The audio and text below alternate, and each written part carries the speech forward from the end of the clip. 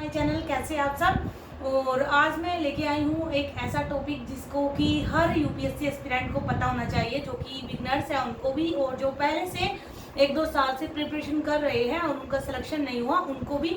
और ये चीज़ मैं अपने एक्सपीरियंस के अकॉर्डिंग बता रही हूँ, जैसा कि मैंने लास्ट 10 ईयर के प्रीवियस ईयर पेपर भी चेक किए एंड जो यूपीएससी के चेयरमैन है उनका एक इंटरव्यू हुआ था, उसको भी मैंने सुना था।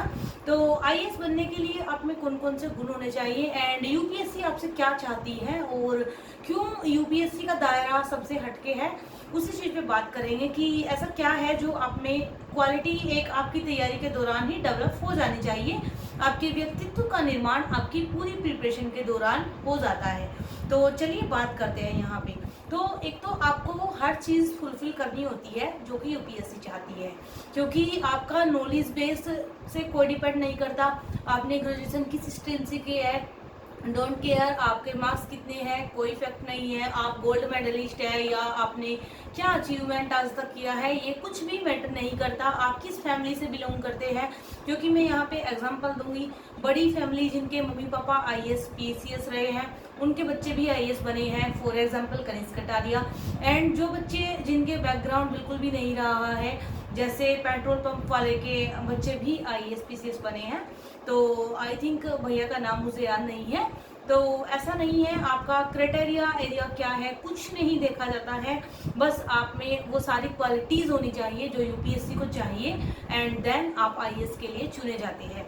और यहाँ पे एक बताऊँ, यूपीएससी आपका 3 चरणों में आकलन करती है, जैसा कि सभी जानते हैं। प्रीलिम्स होता है, मेंस होता है एंड इंटरव्यू होता है। और हम तीनों चरण में बात करेंगे कि तीनों चरणों में यूपीएससी आपसे क्या चाहती है और आपका जो पेपर होता है उसी में आपको कैसे आंका जाता है। तो यहाँ पे यूपीएससी में जिन गुणों और जिन चीज़ों को वो आप में तलाशती है, वो काफ़ी हद तक आपको आईएएस बनने लायक ही बनाती है। तो चलिए बात करते हैं कि किन किन चीज़ों को ढूंढा जाता है।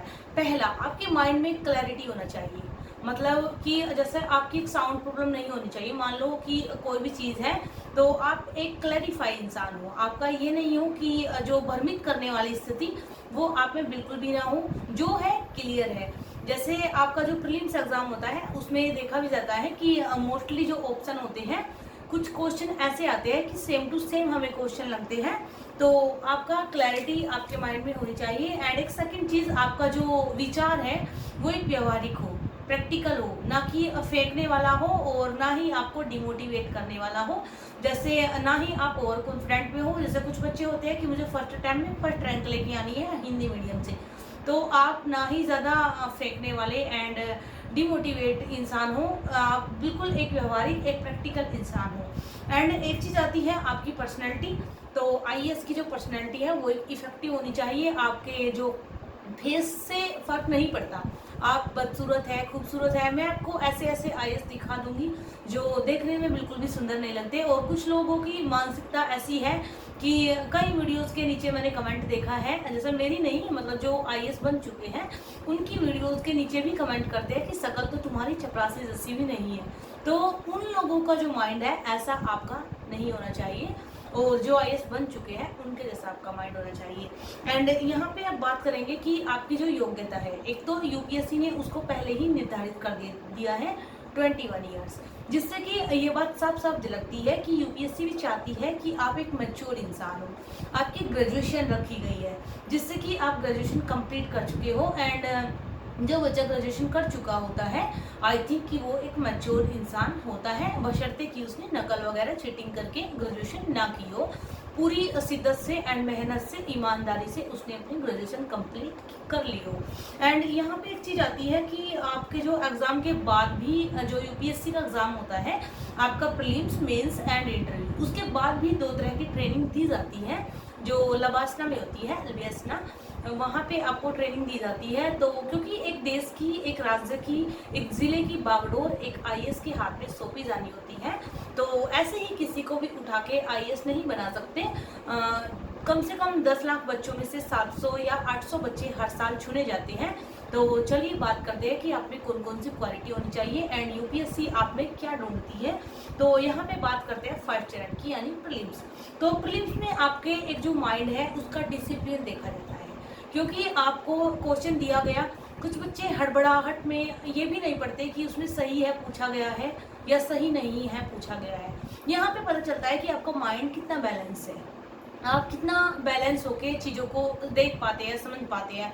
जैसे कोई मुद्दा नहीं, अब मान लो आप कल को आईएएस बन गए और कोई मुद्दा हुआ, जैसे किसानों का हुआ था हमारे देश में, एंड ये हिजाब कंट्रोवर्सी अभी हुआ था। तो कुछ लोग होते हैं कि अपनी मानसिकता को या अपने धर्म के अकॉर्डिंग उस चीज़ पे अपना ओपिनियन रखेंगे। तो ऐसा नहीं है, आपका माइंड एक बैलेंस होनी चाहिए, आपकी अप्रोच दोनों तरफ से देखना चाहिए, एक निगेटिव पॉजिटिव दोनों ही इफेक्ट आपको पता होने चाहिए कि हाँ ये 21 का उल्लंघन करता है या नहीं करता है, एंड आर्टिकल 29 का करता है या नहीं करता है। और इसका एक तार्किक जो निर्णय वो अक्षमता आप में देख ली जाती है आपके प्रीलिम्स के दौरान। और सी सेट में आपको जो सी सेट होता है उसको स्पेशली उसमें देख लिया जाता है आपके माइंड की तीव्रता की, क्योंकि टाइम लिमिट होती है कि आपका माइंड कितनी तीव्रता से निर्णय लेने की अक्षमता आप में है।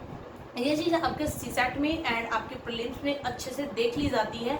एंड अगर आप प्रीलिम्स को पास कर जाते हैं तो ये चीज़ साबित हो जाती है कि आप एक शार्प माइंड है, आप एक डिसिप्लिन माइंड है, एंड आप एक तार्किक अक्षमता वाले इंसान हैं। अब बात आती है मेंस की, और ये तीनों चीज़ यूपीएससी को चाहिए।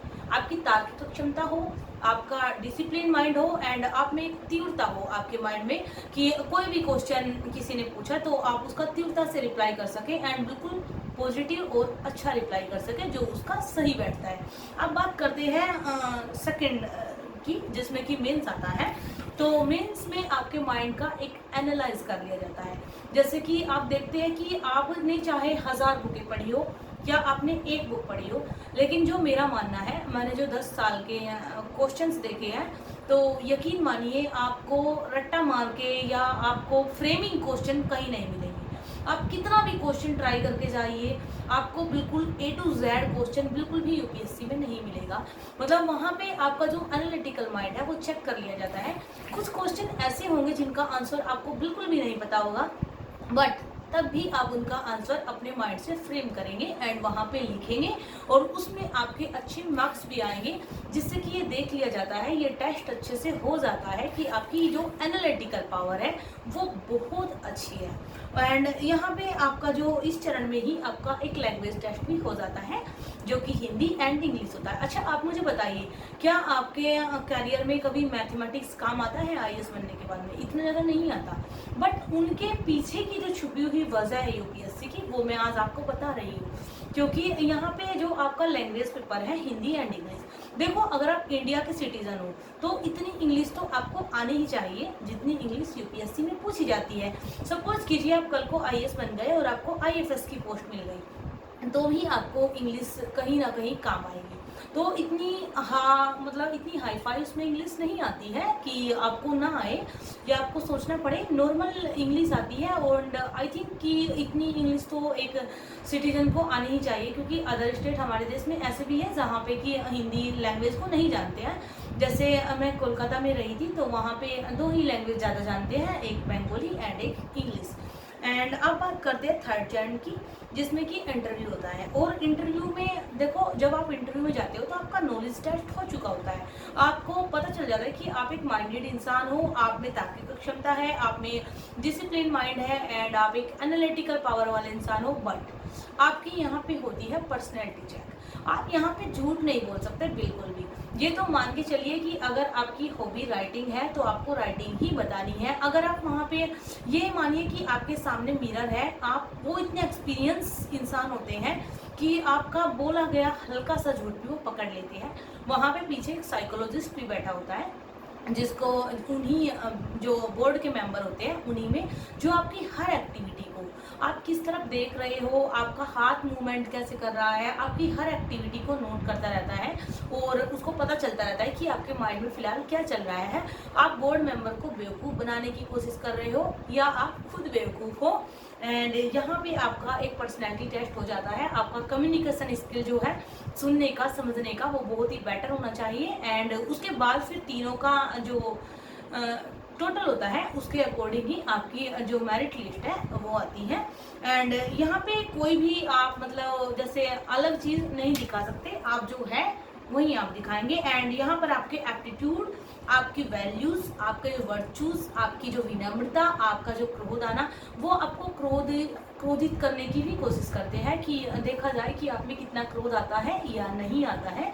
तो ये सब चीज़ें अगर आप अपने व्यक्तित्व में फर्स्ट डे से ही डालेंगे अपनी प्रिपरेशन के दौरान ही, तो आपको प्रॉब्लम नहीं आएगी। जैसे आप मतलब अगर सोचेंगे कि अभी आपको कुछ नहीं करना है एंड आपको उसी टाइम आप कुछ भी बोल देंगे, तो ऐसा बिल्कुल नहीं है। आप अपना एक व्यक्तित्व, क्योंकि आपको आईएएस बाद में बनना है, पहले आपको एक अच्छा व्यक्ति बनना है, तो आप अपने व्यक्तित्व पर फर्स्ट डे से ही काम करें। एंड जो जो चीज़ें मैंने आपको बताई आप उस पर वर्क करें। एंड मैं आपको पूरा 100% गारंटी के साथ बोल रही हूँ, भले ही आप आईएएस ना बने, बट एक आप अच्छे आईएएस एस्पिरेंट एंड एक अच्छे इंसान, एक भारत के नागरिक ज़रूर बन जाएंगे, जो कि आजकल बहुत ज़्यादा ज़रूरी है।